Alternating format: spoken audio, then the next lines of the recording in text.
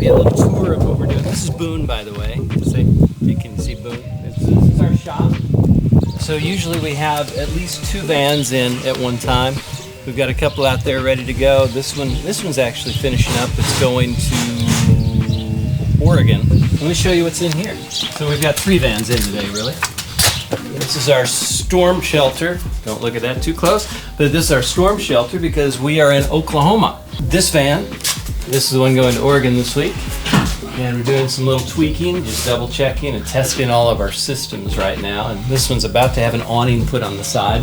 So the last thing we do is we spend a whole week testing the systems, making sure that everything works, there are no leaks or anything like that. This is our tools. Over here, we've got a van that we're working on to be done in 2 weeks. This one's kind of primo. It only has 11 miles on it, and it's got windows all around. Found this one, and it was just it's gonna be beautiful. We were building this area out here, so what we did was we built all of this all the way around the corner to over here. So this is our woodworking area. So these are all of our cabinets that are going into that van.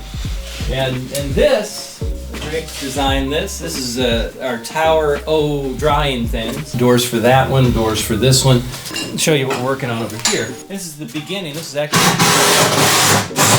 actually a prototype of our water side. So we put everything together here and then we put it in the van. Over there we've got our solar panels. Those are 450 watts a piece, and they're double-sided, which means they're a little bit more than that. So Kenneth, would you come out here, please, in the light? Hi. This is Kenneth. I put all this together. I built Doug's dream. Yeah. Anyway, so let's go meet Rick.